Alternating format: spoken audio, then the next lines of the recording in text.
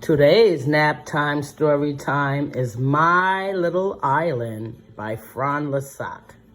The first time I ever heard this story, LeVar Burton read it on Reading Rainbow. It made me get my passport so I could visit this beautiful little island of Montserrat.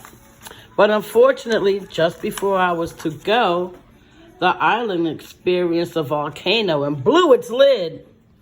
That was quite a few years ago, so I think now that they're back up and running, as soon as we're back up and running, I can visit my little island of Montserrat. That would be a nice thing to do. Okay, so let's see what this story is all about. Maybe you'll like to go one day too. My best friend Luca and I are going to visit the little Caribbean island where I was born. From the air, it looks like a giant green turtle swimming in the sea. When our plane lands, we see dozens of smiling faces welcoming us. It is good to be home again.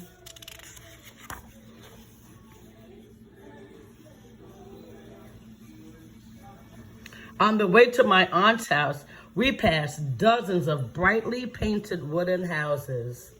From the road, they look like little rainbows sitting on the hills.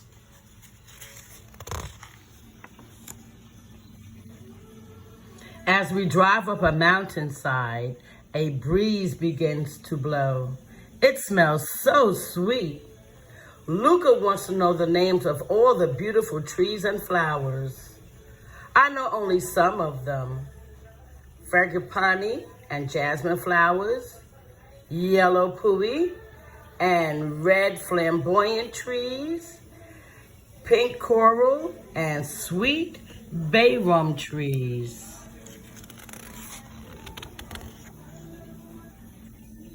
My aunt has lunch ready for us when we arrive. It is too hot to cook indoors, so my aunt cooked the food outside in old coal pots. My cousins and I gobble up pumpkin soup, pigeon peas, goat water stew, red snapper fish, and fried bananas topped with guava ice cream. Luca makes funny faces, but eats it all. There she is.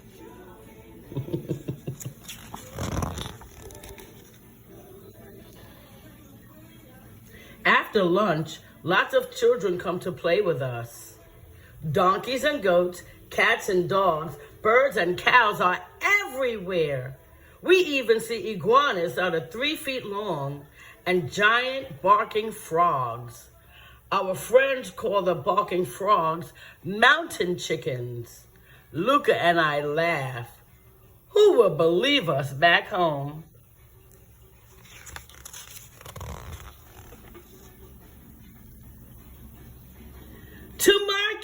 To market, my aunt sings early the next morning. When we get to town, the sun is just peeking over the mountaintops, but people from nearby villages are already arriving by bus, by donkey, by foot. On their heads, many people balance baskets loaded with cinnamon and fresh nutmeg and other good things to sell.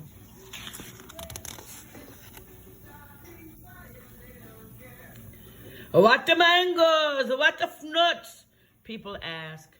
They want to know the prices before they buy. Luca and I can't decide what to get. Soursaps, guavas, Christophines, mangoes, coconuts, or juicy orange pawpaws. Which will taste the best?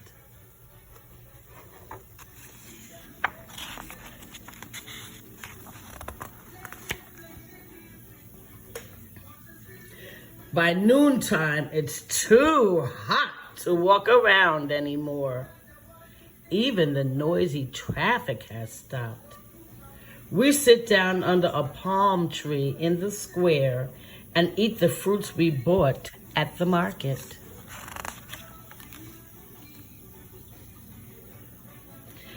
After lunch, Luca and I duck into an island shop to buy presents for everyone back home. We choose mango jam, guava cheese, lime squash, and some very hot pepper sauce for Luca's father. The next day, we take a walk around the seashore. Fathers and sons are rowing brightly painted wooden boats with names like Frangelica, Anipani, and Shonabi.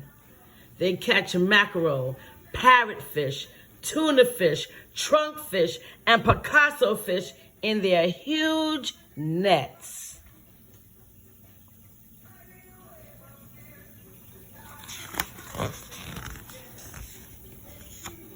When their boats are filled with flipping and flopping fish, they row back to shore. A fisherman blows a conch shell.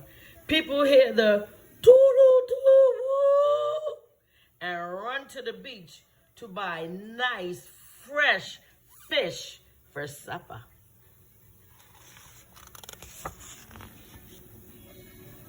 The afternoon is hot.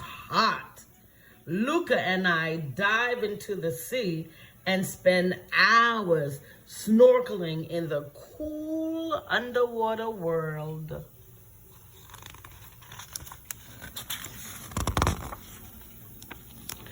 On Friday, I take Luca to see my old school. The teacher lets us stay and listen to folk tales and play games with the tiny beads on a wooden board. We make more new friends: Sylvester, Desmond, Simon, Sylvia, Glendina, and Althea. We promised Mrs. O'Gara to write to the class.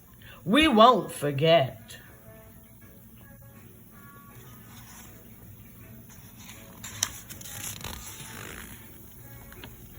Almost everywhere we go, calypso and reggae music plays sweetly to our ears.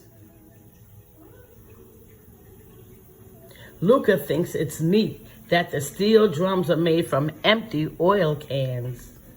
We hear their rhythms echo all over the island. Music, sweet music. Just listen.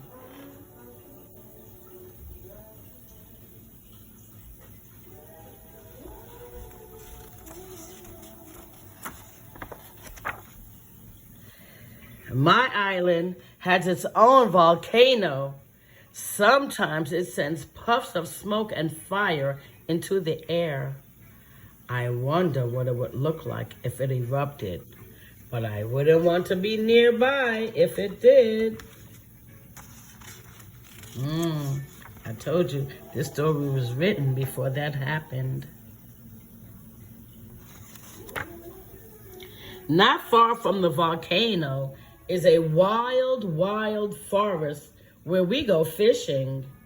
We don't want to scare the fish, so we stand there quietly and just listen to the bird songs and frogs and insects and the sound of the bubbling mountain stream. I think I can hear that too.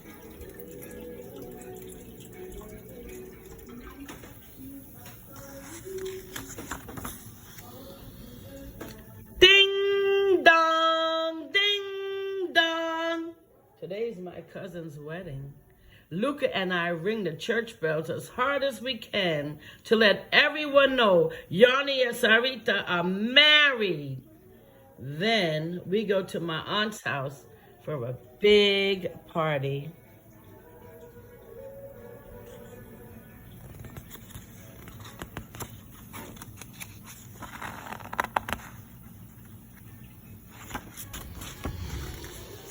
On the night before we go home, we get to stay up late. It's carnival.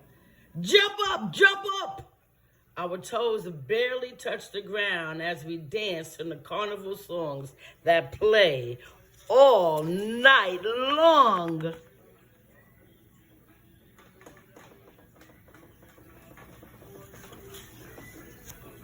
When morning comes, our visit to my little island is over.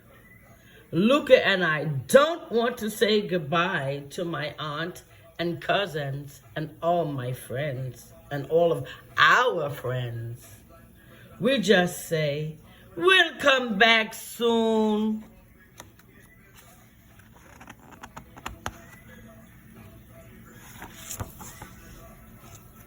Oh, and if that's the end of the story of my little island, I'm going to sip my mango and pineapple juice here, pretend I was on a plane headed toward my little island.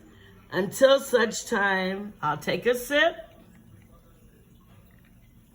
and tell you now, go take your nap.